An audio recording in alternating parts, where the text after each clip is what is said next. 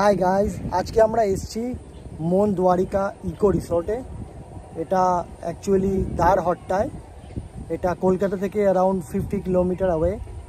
তো আমরা আজকে একটা ডে আউটিংয়ের প্ল্যান করেছি। আজকে আমরা এখানে এসেছি সকালবেলা বাড়ি থেকে বেরিয়ে, অ্যারাউন্ড 9-9:30 আমরা বেরিয়েছিলাম। এখানে এসে আমরা ব্রেকফাস্ট করলাম, ব্রেকফাস্ট করে এখানে লাঞ্চও করব। লাঞ্চ করে আমরা আফটারনুন আফটার সানসেট এখান থেকে আমরা বাড়ি ফিরে যাব। ঠিক আছে, তো রিসোর্টটা তোমাদের ঘুরিয়ে দেখাবো, আশা করি তোমাদের ভালো লাগবে। রিসোর্টটা সম্বন্ধে একটু বলে দাও, স্পেশালিটি কি রিসোর্টটা? মন দ্বারিকা ইকো রিসর্ট হলো একটি টায়ার হাউস। ঠিক আছে, এটা মেনলি টায়ার এবং মাটি দিয়ে তৈরি। এটা সম্ভবত ওয়েস্ট বেঙ্গলের প্রথম টায়ার হাউস। আর এখানকার প্রাকৃতিক পরিবেশ তো খুবই সুন্দর, সেটা তোমাদের প্রত্যেককে দেখাবো। আমরা আপাতত বসে আছি একটা ছোট্ট পুকুরের পাড়ে। পুকুরের পাড়টা খুব সুন্দর, তোমাদের একটু পুকুরের পাড়ে চারপাশটা দেখাবো আমরা।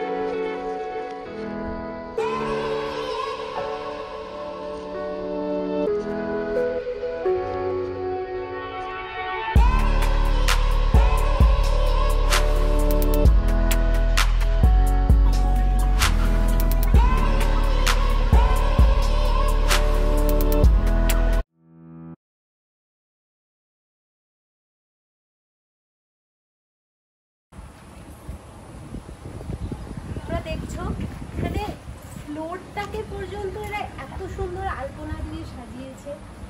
একটু সিঁড়িগুলোর সামনে থেকে দেখিয়ে দাও।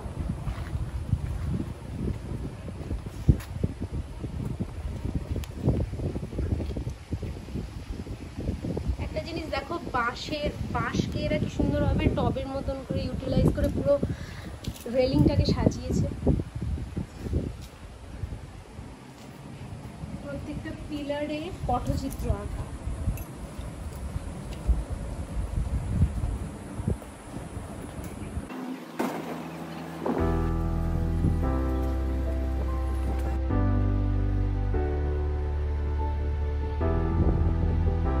তোমাদের যেমন বললাম যে ইকো রিসর্টটা তৈরি টায়ার আর মাটি দিয়ে, সেটা তোমরা আশা করি একটু দেখতে পাচ্ছ। একটু ক্লোজ আপে দেখিয়ে দাও সবাইকে।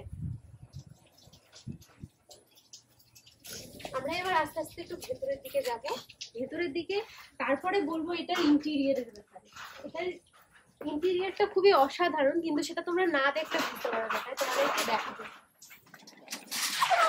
রিসর্টটা আমরা যখন ঘুরি তখন আমরা দেখি যে এখানকার প্রত্যেকটা জিনিসই না এমন কিছু জিনিস দিয়ে তৈরি যেগুলো হয়তো সচরাচর আমরা ফেলে দিই, আমরা ব্যবহার করি না। সেগুলোকে এনারা জোগাড় করে এক জায়গায় করে সেগুলো দিয়ে এত সুন্দর একটা ইকো রিসর্ট আমাদেরকে গিফট করেছে। যেমন একটু বেঞ্চটা দেখাও। এই বেঞ্চটা পুরোটাই নারকেল গাছের যে গুঁড়ি হয় সেটাকে চেরাই করে করা, এবং এখানে কম বেশি আমরা যে চেয়ার্স গুলোতে বসে খেয়েছি তারও পায়াগুলো এই সেম ভাবেই করা। দেখো পিলার্স গুলো টায়ার্স দিয়ে করা, যে সিঁড়ির হাতল গুলো রয়েছে সেগুলো বাঁশ দিয়ে করা।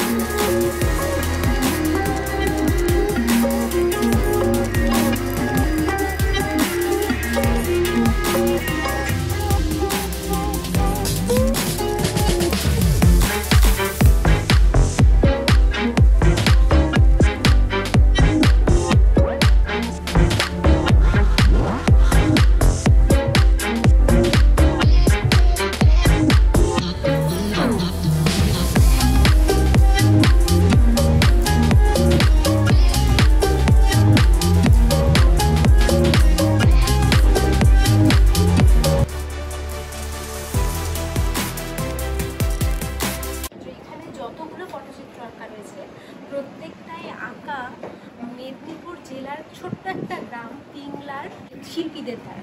এবার আমরা একটু ভেতরে গিয়ে ঘরের ভেতরটা দেখাবো।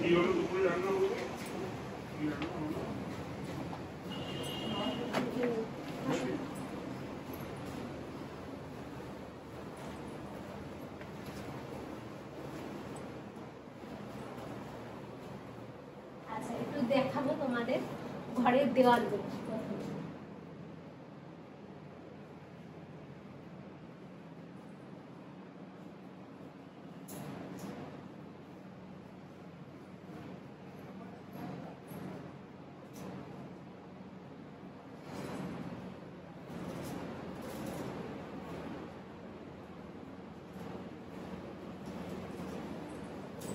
লাইটগুলো তোমরা দেখো, ছোট ছোট বেতের ঝুড়ি, তার চারপাশে লাল কাপড়ের লাল শালুর একটা ঝালর ধরনের দিয়ে এখানকার লাইট সেটআপস গুলো করা। টিনের চাল,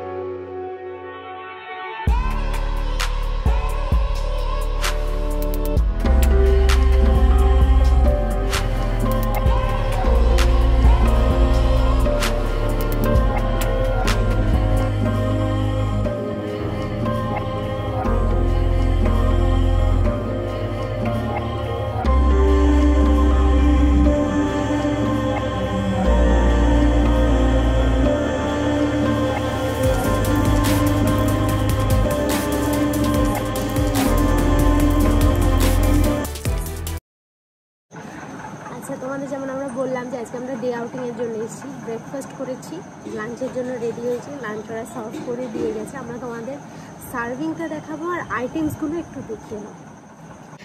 সাদা ভাত দিয়েছে ঘি দিয়ে, এটা মনে হচ্ছে পটল আলু পোস্ত, আলু ভাজা, করলা ভাজা, গোটা শুকনো বেগুন ভাজা, মাছ ভাজা একটা, এটা একটা কোনো একটা শাকের তরকারি মনে হচ্ছে, শুক্তো, ডাল, মাংস, চাটনি, পাঁপড়, দই, মিষ্টি। এটা হলো আজকে আমাদের ফুল লাঞ্চ। ব্রেকফাস্টটাও তোমাদের আমরা দেখিয়েছি।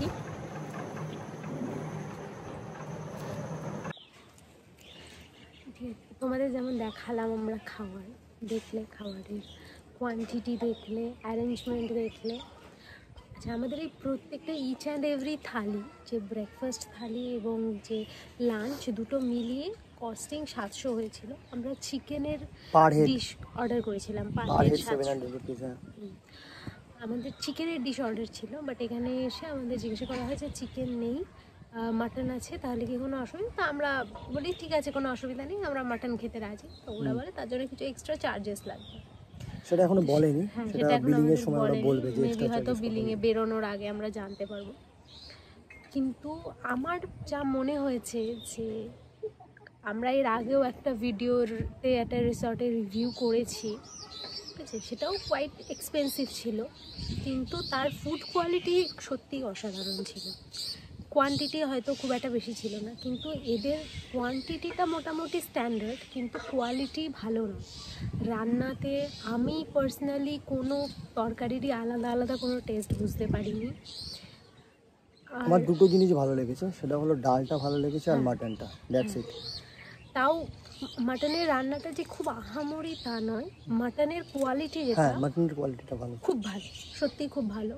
আর আমি পরে এদের কাছে এটা জানতেও পারি, এদের যে খাবার যত এখানে জাস্ট সবজিপত্র সার্ভ করা হয়েছে, এটা এদের এখানেই ফার্মিং হয়, এরাই ফার্মিং করে। কিন্তু এটা তো কম বেশি সবই করে রিসর্টেরই স্পেশালিটি থাকে, কিন্তু ফুড কোয়ালিটি সেরকম খুব একটা ভালো নয় যেটা আমরা এক্সপেক্ট করেছিলাম। মানে লাঞ্চটা সার্ভ করার আগে ঠিক যতটা এক্সাইটেড ছিলাম, লাঞ্চটা খাওয়ার পরে সেই এক্সাইটমেন্টটা নেই। এবং আমার মনে হয় যে এর থেকে মাছ বেটার কোয়ালিটি খাবার হতে পারত, যা রেঞ্জ ওনারা রেখেছেন তাতে। এক্স্যাক্টলি, মানে per head 700 rupees including breakfast আর লাঞ্চ, কোয়াইট এক্সপেন্সিভ। মানে এক্সপেন্সিভ এই জন্যই বলছি কারণ যে কোয়ালিটি ফুড ওরা সার্ভ করলো, সেই তুলনায়, সেই কম্প্যারিজনে ওটা এক্সপেন্সিভ। ইভেন ওরা যে দই মিষ্টি দিয়েছিল লাস্টে, সেই দই মিষ্টিটাও টক টক, আমি তো খাইনি। আর দইটা একটু ভালো ছিল, মিষ্টিটা ভালো ছিল না, মিষ্টিটা সম্ভবত বাসি মিষ্টি ছিল। আর সেভাবে আমি কিছুই, শুধু এখানকার এনভায়রনমেন্টটাই দারুণ। হ্যাঁ, এনভায়রনমেন্টটা দারুণ, সেই জন্যই আমরা সাজেস্ট করবো যে যদি এখানে আসতেই চান ডে আউটিং তাহলে করবেন, ডে আউটিংই করবেন। নাইট স্টে করে করবেন। আপনারা খুব একটা এনজয় করবেন না, কারণ যেখানে After আপনারা sunset ফুড এখানে এনজয় সেভাবে করবেন না, কিছু নেই। হ্যাঁ যেখানে ফুড এনজয় করতে পারবেন না সেখানে আমার মনে হয় না নাইট স্টে করে খুব একটা লাভ হবে। আফটার সানসেট এখানে সেভাবে দেখার কিছু নেই।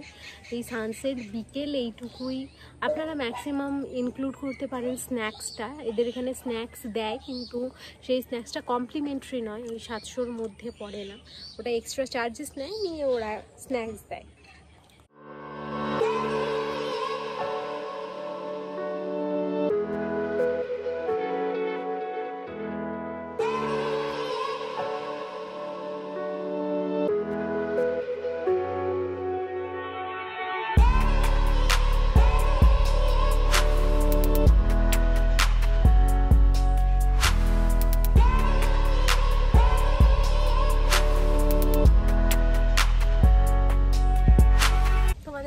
যেটুকু সম্ভব আমাদের পক্ষে ইনফরমেশন দেওয়া আমরা পুরোটাই দিলাম।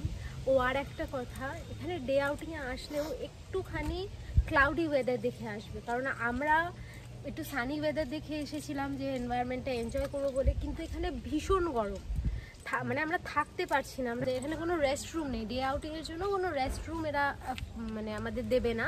নর্মাল যেখানে খাওয়া দাওয়া হচ্ছে সেখানে বসতে পারো, বা সামনে একটা ছোট লন মতন আছে সেখানে বসতে পারো। আর এটা পুরোটাই আন্ডার কনস্ট্রাকশন, এখনও কমপ্লিট হয়নি পুরোপুরি।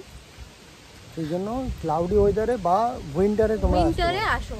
নর্মালি এখন যদিও জুলাই মাস, এটা বর্ষাকালই বলতে পারো, কিন্তু তাও এখানে ভীষণ গরম। হ্যাঁ, হাওয়া অবশ্যই দিচ্ছে, মিষ্টি হাওয়া দিচ্ছে, কিন্তু রোদের তেজ ভীষণ।